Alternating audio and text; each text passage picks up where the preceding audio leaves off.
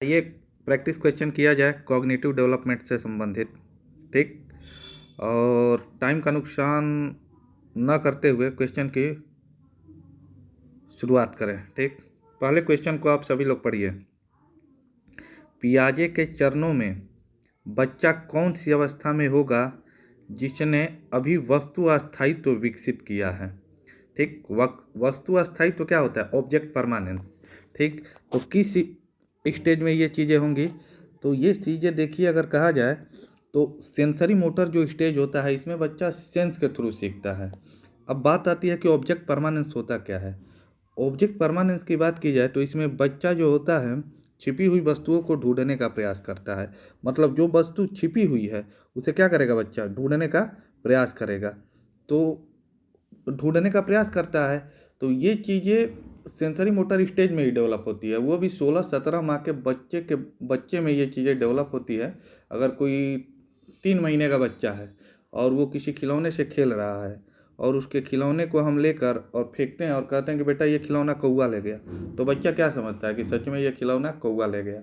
लेकिन जब वही बच्चा 15-16 महीने का हो जाता है, तब अगर ये चीज़ें करेंगे तो बच्चा कहेगा कि नहीं, कौवा नहीं ले गया, मतलब उस चीज़ को ढूंढते हुए आपके पीछे आएगा अगर आप छुपाए हो तो इसलिए ऑप्शन नंबर ए चाहिए होगा, सेंसरी मोटर स्टेज, या इसे कहते हैं इंद्रियगामक अवस्था। ठीक, अब देखिए क्वेश्चन नंबर 2 को पढ़ें। क्वेश्चन नंबर 2 कह रहा है कि वाइगोत्स्की परिभाषित करता है कि डैश एक बच्चा जो अकेले क्या कर सकता है और वह बच्चा मदद के साथ क्या कर सकता है। ठीक, इन दोनों के बीच के अंतर को बताता है। पहला ऑप्शन दिया है स्कैफोल्डिंग, दूसरा हैबिचुएशन मतलब आदत, तीसरा जोन ऑफ प्रोक्सिमल डेवलपमेंट, और चौथा मेटा मेमोरी। ठीक, अब देखिए एक एक ऑप्शन की चर्चा की जाए। स्कैफोल्डिंग की बात की जाए तो स्कैफोल्डिंग होता क्या है? स्कैफोल्डिंग होता है एक प्रकार का सहयोग। ठीक है, एक प्रकार का सहयोग मतलब अस्थायी सहयोग, क्षणिक सहयोग। ठीक, क्षणिक सहयोग। अब देखिए क्षणिक सहयोग होता क्या है। क्षणिक सहयोग की बात की जाए तो मान लीजिए कोई छोटा बच्चा होता है, उससे चम्मच से खाना नहीं आ रहा है। ठीक, तो उसके माँ बाप या गार्जियन उसे खाना खाना सिखाते हैं, मतलब बेटा चम्मच ऐसे पकड़ो, अपने मुंह में डालो। ठीक, तो जो माँ बाप हैं वो क्या है? स्कैफोल्डिंग है, क्षणिक सहयोग है। जब बच्चा सीख जाता है खुद से चम्मच से खाना, तो फिर उन चीज़ों की ज़रूरत, मतलब माँ बाप गार्जियन की ज़रूरत नहीं पड़ती है। तो यहाँ माँ बाप क्या हुए? स्कैफोल्डिंग। और ये ध्यान रखिएगा कि जो स्कैफोल्डिंग होता है वो क्या होता है? हर टाइम एक प्रोसेस होता है, एक प्रक्रिया होती है। अब देखिए हैबिचुएशन, यहाँ हैबिचुएशन की भी बात नहीं हो रही है। मतलब यहाँ कोई आदत थोड़ी हो रहा है, ठीक है, अनुभव थोड़ी मिल रहा है। मतलब हम खुद क्या कर सकते हैं और किसी की मदद मिलने के बाद, या मतलब हमारी जो क्षमता है वो क्या करने की है, इन दोनों के बीच के जो गैप है उसी को पूछा जा रहा है। तो देखिए ये चीज़ें होती है जोन ऑफ प्रोक्सिमल डेवलपमेंट में। जोन ऑफ प्रोक्सिमल डेवलपमेंट को कहते हैं समीपस्थ विकास का क्षेत्र। इसमें यह होता है कि हम खुद से क्या कर सकते हैं और किसी की मदद के बाद हम क्या कर सकते हैं, इसे ही क्या कहते हैं? जेडपीडी कहते हैं। अब आइए क्वेश्चन नंबर 3 को देखा जाए। क्वेश्चन नंबर 3 को देखिए। क्वेश्चन नंबर 3 कह रहा है कि पियाजे के सिद्धांत के अनुसार निम्न में से कौन सा व्यक्ति के संज्ञानात्मक विकास को प्रभावित नहीं करेगा। देखिए कौन सा व्यक्ति के संज्ञानात्मक विकास को प्रभावित नहीं करेगा। तो पहला ऑप्शन दिया है सामाजिक अनुभव, दूसरा दिया है परिपक्वता, तीसरा दिया है क्रियाकलाप, चौथा दिया है लैंग्वेज। देखिए ऑप्शन के अकॉर्डिंग अगर देखा जाए तो इसमें लैंग्वेज जो होगा, लैंग्वेज को पियाजे ने कम महत्व दिया है। ठीक है, लैंग्वेज में ईगोसेंट्रिक स्पीच की बात की है लेकिन उसको महत्व कम दिया गया है। पियाजे सामाजिक अनुभव की भी बात करते हैं। बच्चा समाज के साथ इंटरेक्शन, मतलब कहीं ना कहीं बच्चे को एक लिटिल साइंटिस्ट कहा गया है। ठीक, तो लिटिल साइंटिस्ट वो हर एक चीज़ खुद से अनुभव करके सीखेगा अपने वातावरण के अकॉर्डिंग। ठीक, पर मैच्योरिटी की भी बात करते हैं और कहीं ना कहीं एक्शन की भी बात करते हैं। ठीक, इसीलिए ऑप्शन नंबर जो डी होगा वही सही होगा। अब देखिए क्वेश्चन नंबर 4 को देखा जाए। क्वेश्चन नंबर 4 को देखा जाए तो क्वेश्चन नंबर 4 में यह है कि प्रचलित योजनाओं में नई जानकारी जोड़ने को किस नाम से जाना जाता है। पहला है equilibration, B number option assimilation, C number option organization, D number accommodation. देखिए इक्विलिब्रेशन क्या होता है? इक्विलिब्रेशन की बात की जाए तो यहाँ जो एसिमिलेशन होता है और जो एकोमोडेशन होता है, दोनों के बीच में बैलेंस करने का काम क्या करता है? इक्विलिब्रेशन होगा, तो ये चीज़ें तो होगी नहीं। देखिए इसका ऑप्शन नंबर बी होगा, एसिमिलेशन। अब बात आती है कि एसिमिलेशन क्यों होगा। आप लोग कहेंगे कि एसिमिलेशन सर क्यों होगा, तो एसिमिलेशन होने के पीछे कारण ये है कि एसिमिलेशन इसलिए होगा कि एसिमिलेशन में ये होता है कि जो भी प्रचलित योजना है या बच्चे के पास जो भी प्रीवियस नॉलेज है उसमें कुछ नया ऐड किया जाता है उसी तरीके का, ठीक, यहाँ मॉडिफाई नहीं होता है। यदि चीज़ें मॉडिफाई कर दी गई तो वो चीज़ें एकोमोडेशन हो जाती है, समायोजन हो जाती है। तो यहाँ उसी तरीके की चीज़ें हैं और उसी में कुछ नई चीज़ें ऐड की जा रही है, ठीक। तो इसीलिए ऑप्शन नंबर बी एसिमिलेशन ही सही होगा। अब देखिए क्वेश्चन नंबर 5 को देखा जाए। क्वेश्चन नंबर 5 को देखें तो क्वेश्चन नंबर 5 ये कह रहा है कि हम सभी अपनी बुद्धि, प्रेरणा, अभिरुचि आदि के संदर्भ में भिन्न होते हैं, यह सिद्धांत संबंधित है।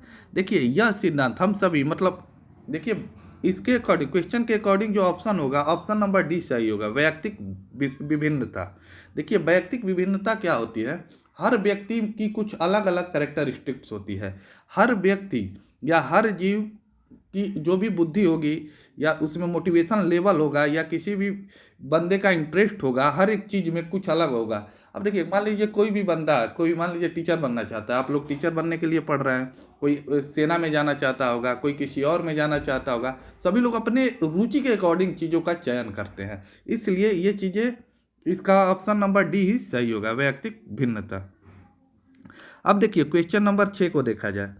डैश के विचार से बच्चे सक्रिय ज्ञान निर्माता तथा नन्हे वैज्ञानिक है जो संसार के बारे में अपने सिद्धांतों की रचना करते हैं। देखिए मैं अभी पिछले क्वेश्चन में लिटिल साइंटिस्ट की बात किया था।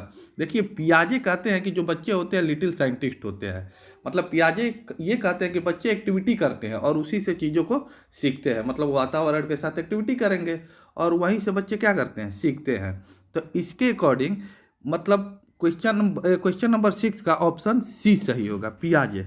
अब देखिए पियाजे एक कंस्ट्रक्टिविस्ट थे। यहाँ बात सक्रिय ज्ञान निर्माता तथा नन्हे वैज्ञानिक, मतलब कंस्ट्रक्टिविस्ट की बात हो रही है, इसीलिए ऑप्शन सी ही होगा।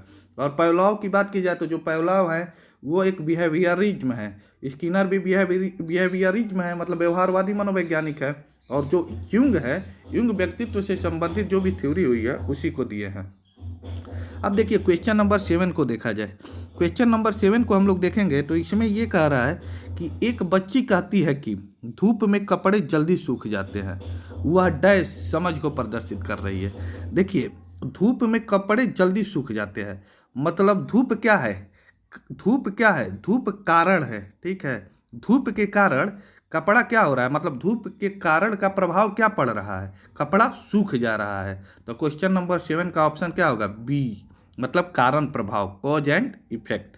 अब देखिए क्वेश्चन नंबर 8 को देखा जाए तो इसमें ये कह रहा है कि निम्न में से कौन सा एक सही मिलान वाला जोड़ा है।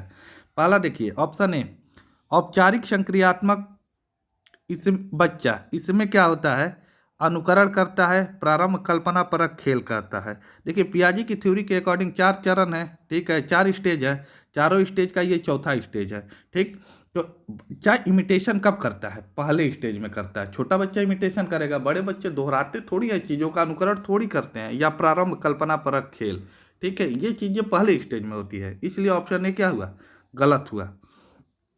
देखिए नेक्स्ट कह रहा है शैशवावस्था। शैशवावस्था में क्या होता है, तर्क का अनुप्रयोग और अनुमान लगाने में सक्षम। कोई कोई भी 2 साल का बच्चा, 3 साल का बच्चा तर्क कर सकता है या अनुमान लगा सकता है। हाइपोथेटिकल थिंकिंग बच्चों में आएगी, नहीं आ सकती है, इसलिए ऑप्शन बी भी गलत होगा। अब देखिए ऑप्शन सी, पूर्व संक्रियात्मक अवस्था। पूर्व संक्रियात्मक अवस्था यहाँ कह रहे हैं निगमनात्मक विचार। अब देखिए निगमनात्मक विचार क्या होता है, निगमनात्मक विचार की बात की जाए तो मतलब ये चीज़ें भी गलत होगी। निगमनात्मक मतलब नियम से उदाहरण की तरफ, तो ये भी चीज़ें गलत होगी। ये चीज़ें जो निगमनात्मक विचार होता है ये चौथे स्टेज में डेवलप होता है, औपचारिक संक्रिया अवस्था में। और बच रहा है डी, तो ऑप्शन डी सही होगा। देखिए डी अब है क्या, डी में यह है कि concrete operational stage. Concrete operational stage में जब बच्चा जाता है तो संधारण व वर्गीकरण करने योग्य हो जाता है। मतलब कहा जाए तो इस स्टेज में बच्चा लॉजिकल थिंकिंग भी करता है, क्लासिफिकेशन भी करता है। क्लासिफिकेशन के कई बेसेज हो सकते हैं, इसलिए ऑप्शन डी सही होगा। अब देखिए क्वेश्चन नंबर 9 को देखा जाए। सॉरी, क्वेश्चन नंबर 9 ये कह रहा है कि कक्षा में विद्यार्थियों के वैयक्तिक विभेद डैश लाभकारी नहीं है क्योंकि अध्यापकों को वैविध्यपूर्ण कक्षा को नियंत्रित करने की आवश्यकता है। हानिकारक है क्योंकि इनसे विद्यार्थियों में परस्पर द्वंद्व उत्पन्न होते हैं। बी भी ऑप्शन गलत होगा। अनुपयुक्त है क्योंकि ये सर्वाधिक मंद विद्यार्थी के स्तर तक पाठ्यचर्या के स्थानांतरण की गति को कम करते हैं। ऑप्शन डी देखिए। लाभकारी है क्योंकि ये विद्यार्थियों की संज्ञानात्मक रचनाओं को खोजने में अध्यापकों को प्रदत्त करते हैं। देखिए क्वेश्चन नंबर 9 कह रहा है कक्षा में विद्यार्थियों का व्यक्तिक विभेद। देखिए वैयक्तिक विभेद होता है जो इंडिविजुअल डिफरेंस, वो कहीं ना कहीं लाभकारी होगा। लाभकारी इसलिए होगा कि मान लीजिए जो भी अध्यापक हैं, ठीक है, अध्यापक कहीं ना कहीं जो भी अध्यापक कॉग्निटिव स्ट्रक्चर होगा उनसे संबंधित चीज़ों में उन्हें हेल्प मिलती है। और कहीं ना कहीं मान लीजिए एक ही हर बच्चे के पढ़ने का तरीका भी अलग होगा, तो टीचर भी हर बच्चों के अकॉर्डिंग पढ़ाते हैं। मतलब किसी बच्चे की समझ कम होगी, किसी की ज़्यादा होगी, ठीक है। तो इसे हम लोग कभी भी किसी भी क्वेश्चन को टेट में ये ध्यान दीजिएगा कि नकारात्मक आंसर नहीं देना चाहिए, चीज़ें सकारात्मक होनी चाहिए, मतलब पॉजिटिव वे में होनी चाहिए। इसलिए ऑप्शन डी सही होगा। क्वेश्चन नंबर 10 को देखें। क्वेश्चन नंबर 10 कह रहा है कि प्रारंभिक बाल्यावस्था इस अवधि की ओर संकेत करती है। अब बताइए प्रारंभिक बाल्यावस्था किस अवधि की ओर संकेत करती है। तो देखिए प्रारंभिक जो बाल्यावस्था होती है वो 2 से 8 वर्ष तक होती है, ठीक है। 2 से 8 वर्ष तक की जो अवधि कहलाएगी वो क्या कहलाएगी, प्रारंभिक बाल्यावस्था। और उत्तर बाल्यावस्था की बात की जाए तो 8 से 12 वर्ष होगी। इसके अकॉर्डिंग ऑप्शन नंबर ए जो होगा वो क्या होगा, सही होगा। अब देखिए क्वेश्चन नंबर 11 को देखा जाए, ठीक। एक 5 साल का बच्चा यह तर्क नहीं कर पाता कि जब पानी को ऊंचे और संकरे गिलास के चौड़े बर्तन में डाला जाता है तो पानी की मात्रा उतनी ही रहती है। ऐसा इसलिए होता है।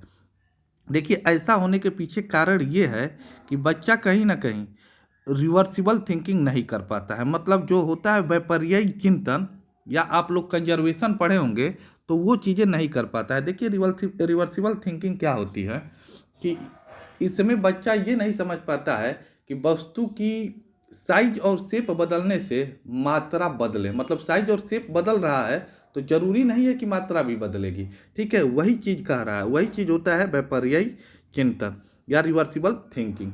तो ये पियाजे की थ्योरी के दूसरे स्टेज में ऐसी चीज़ें रहती हैं, लेकिन तीसरे स्टेज में ये चीज़ें डेवलप हो जाती है बच्चों के अंतर्गत, ठीक। और बहुत बहुत धन्यवाद। फिर हम लोग नेक्स्ट वीडियो में क्वेश्चन नंबर 12 से करेंगे। Thank you.